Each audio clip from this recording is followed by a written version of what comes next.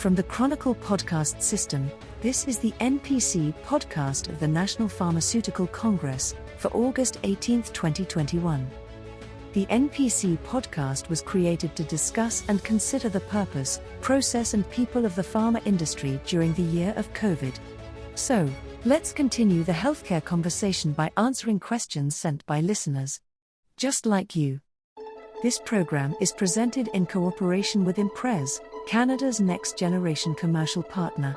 The industry is rapidly evolving, and Imprez is designed to help you evolve with it. Learn more about Imprez tailored best-in-class solutions at www.imprez.com. Our guest today is Dr. Jason Field, of Life Sciences Ontario, in Toronto.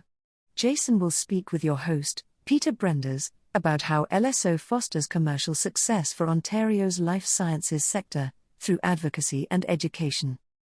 But first, here is Mitch Shannon, CEO of Chronicle Companies. He may have a question for Dr. Field to field. Leone, you shouldn't encourage me to make puns about our guests' surnames, but if you insist, let me introduce a guest who's at the top of his field.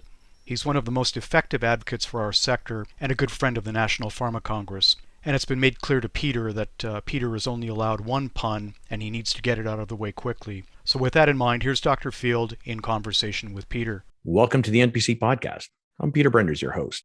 In our continuing look at the purpose, process, and people in pharma in Canada, this episode takes a look at the evolving environment for companies in Canada. In particular, I'm going to have a field day covering some of the hot topics involving the pandemic and its impact on Canadian industry. And to help us explore this topic, we're delighted to have one of Canada's leading industry champions, Dr. Jason Field, President and CEO of Life Sciences Ontario. Welcome to the NPC podcast, Jason. Thanks, Peter. Thanks for inviting me. Before we jump into the hot topics, I was hoping you could set the stage for our audience with a little background on Life Sciences Ontario. And how is your organization at the front end of some of these issues? Sure. So Life Sciences Ontario, or LSO, is a not-for-profit industry association, but I like to always say that we're a little different than most industry associations in that we don't just represent industry. Our members are academic institutes, we have student members, we have service providers, as well as companies big and small across the life sciences spectrum, which isn't just pharma and medtech, but also includes agri-food and industrial biotechnology as well. So you can see we have a really broad-based membership that really represents all of life sciences across the province. Our organization runs a number of different programs. We have a scholarship program, mentorship programs, business support programs for our business members. But our primary activity is really around advocacy, Peter. And what gives us a unique perspective is because we're representing not a specific group within life sciences, but the whole sector, we tend to focus on issues and topics that have broad impact across the industry. It gives us a lot of credibility as well. We always approach our advocacy from a science-based and evidence-based perspective as well. And because of that, we've been quite successful in terms of elevating the voice around big issues that are happening within the life sciences industry. Okay, so let's dive into some of those big issues then. So, you're seeing a lot of topics from many perspectives. But let's start with a hot topic that everyone's seeing out there and talk about the pandemic a little bit. So what do you think the pandemic has done for Canada's pharma industry?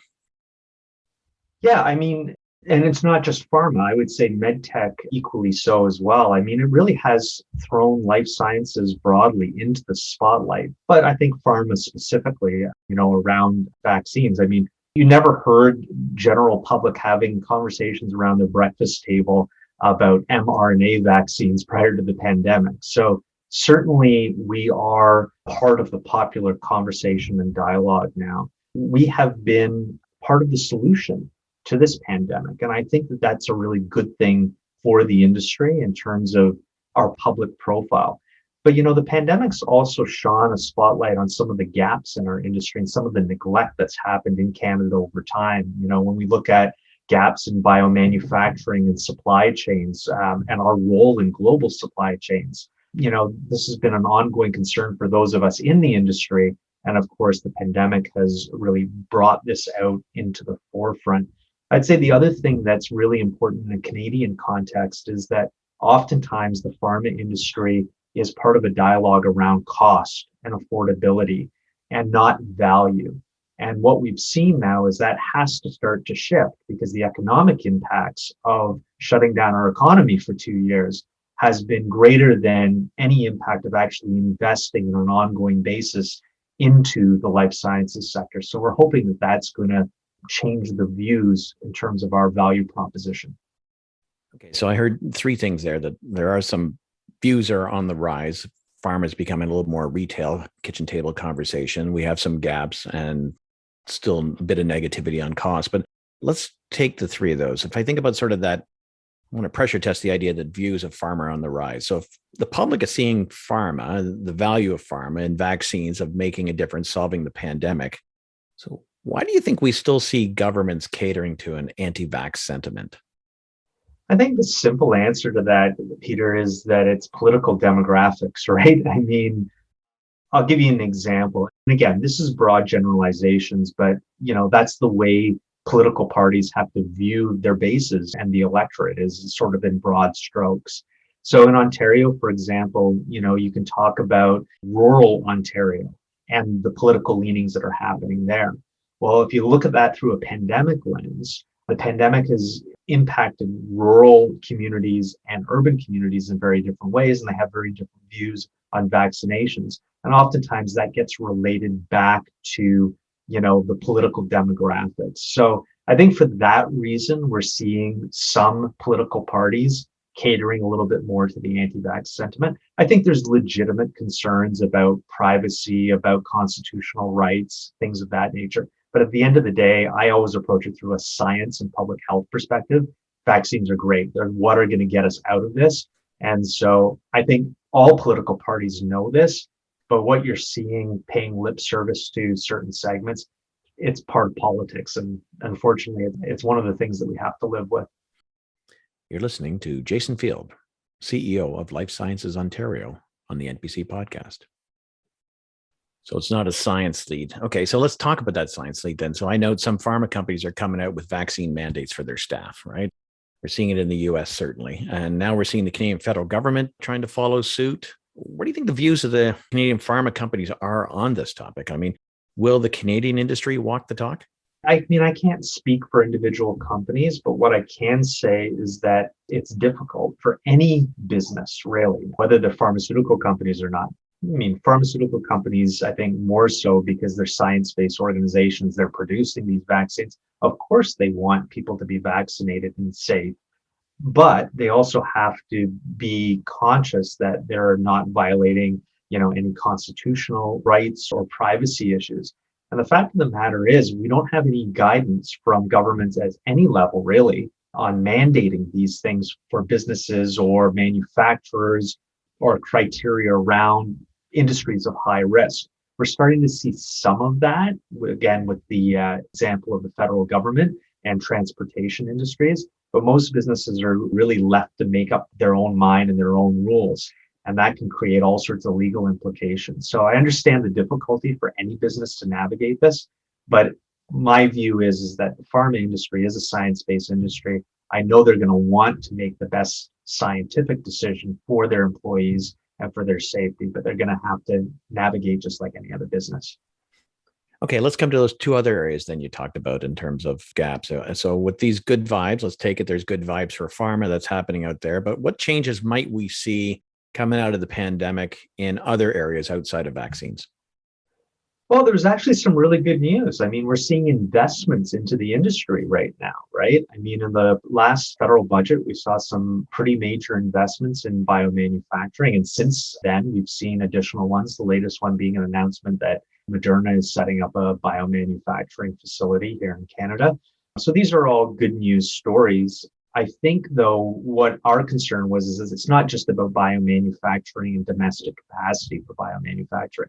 It's how do we take the great science we have here in Canada and translate that into successful, commercially successful companies and all the benefits that it can bring into Canada. What's that clear pathway?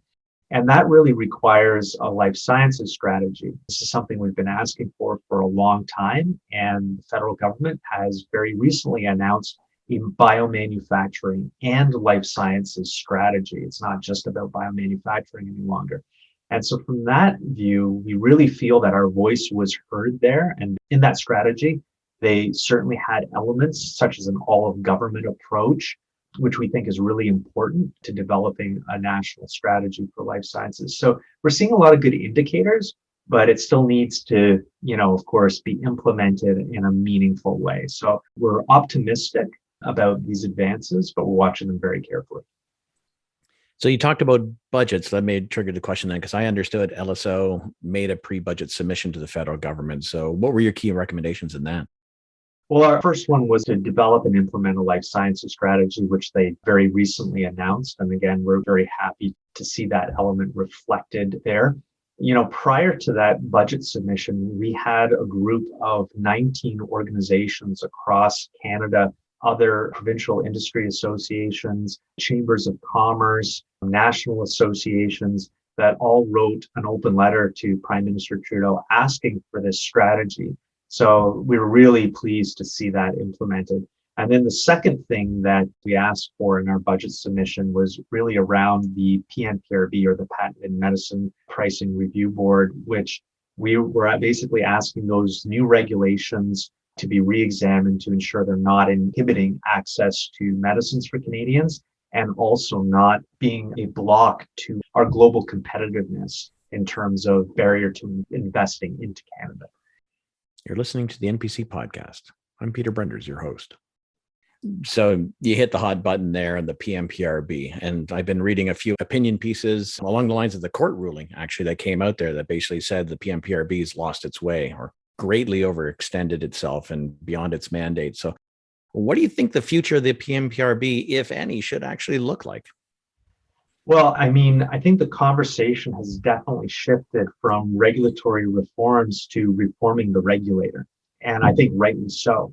So this court case is just the latest indicator of that. But go back, there was actually a Freedom of Information document that came out of the PMPRB on a communications plan, where they had targeted patient groups and industry associations specifically by name and saying that they needed to be discredited, essentially. This was an advocacy communications document. Now, the PMPRB is supposed to be an unbiased, impartial regulator. This is not the behavior of an unbiased, impartial regulator by any stretch of the imagination. So there's real concerns around the leadership of this organization and the culture as a regulator. So I think that the government of Canada really needs to look closely at that. I know that the Minister of Health actually has within her mandate to institute a third-party body to review the board and board selections. And I think that that needs to be exercised immediately.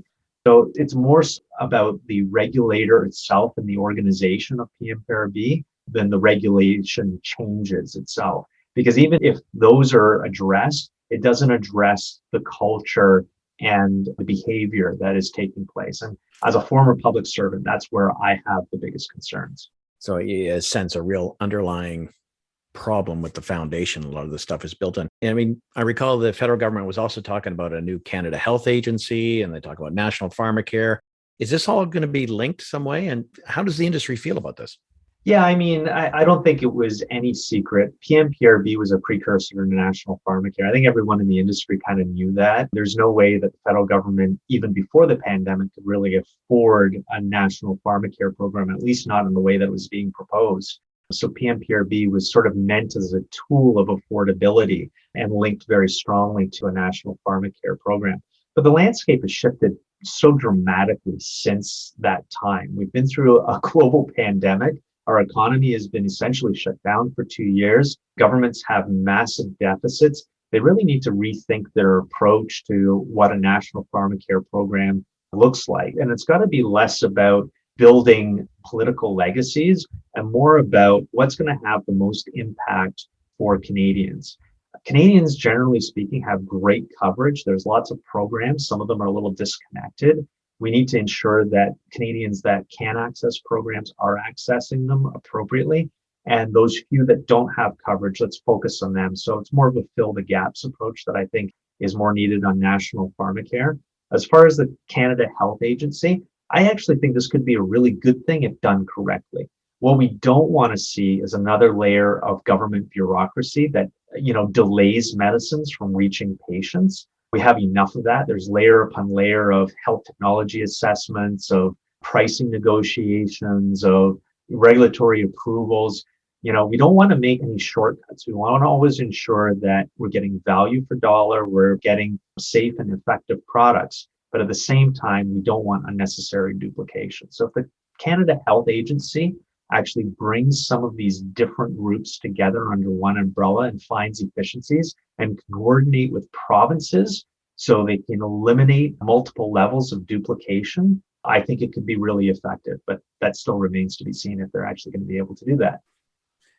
Well, I think that's a setup then for predictions, right? So time for some predictions, Jason. I mean, we're right at the start in of a federal election when all things are possible. So 2 questions. Who's going to win?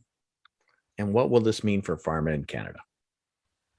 Well, if I had to guess right now, and again, it's early in the election cycle, so anything can happen, I will say that. And when I say anything that could dramatically change the landscape.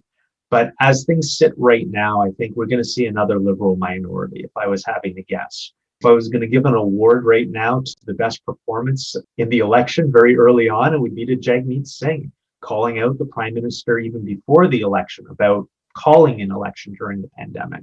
Very recently, challenging the Prime Minister on the timing for initiating these mandatory vaccinations and the passports, etc. He's been very active and very prominent. And I think on the right side, generally speaking, of Canadians' mindsets. That said, in Quebec, it's going to be a strong battleground. The Bloc had a great showing, and I think they're going to be strong as well. And so combine the NDP and the Bloc could be the spoilers, I think, for a Liberal majority. And the Conservatives, as you pointed out earlier on, part of the political demographics, I think that their messaging might be a little bit too focused on their base and not the broader sentiment with Canadians. So they have some ground to make up there. So all that combined, I'm going to predict a Liberal minority. What does that mean for life sciences? I think probably pretty much what we're seeing right now. So a continuation of that. That said, I think that any party that gets into power has to recognize how important this sector is for our health going forward, as well as our economic security going forward. So any party that gets in needs to have a life sciences strategy in place and execute on it. Well, there you have it. Words from the Oracle himself. We've been speaking with Jason Field, CEO of Life Sciences Ontario on the NPC podcast. Thank you for listening. Thanks to Jason and Peter. There's a lot more about LSO on their website at lifesciencesontario.ca. There are no puns there, however. You need to see Jonathan Goodman if that's what you're after. If you have follow-up questions or comments about today's conversation, message us via Twitter at 2021NPC. You can also send email to health@chronicle.org or phone our comment line at 647-873-6995. We might use your voice on our next program. If you like today's podcast, please share it with your colleagues. Find it at Apple iTunes, Google Podcasts, Stitcher, Spotify, or wherever you get your podcasts. The NPC podcast is presented in cooperation with Imprez, Canada's next generation commercial partner. Check them out at www.imprez.com. I'm Mitch Shannon of Chronicle Companies. The podcast producer is Jeremy Visser. Jeremy's assisted by Aria Empakaris. The announcer was Leona Spreckency. The musical theme is performed with Whimsy by the NPC Podcast Orchestra under the direction of Maestra Clotilde Milbrook. We'll talk again next Wednesday. Until then, stay safe.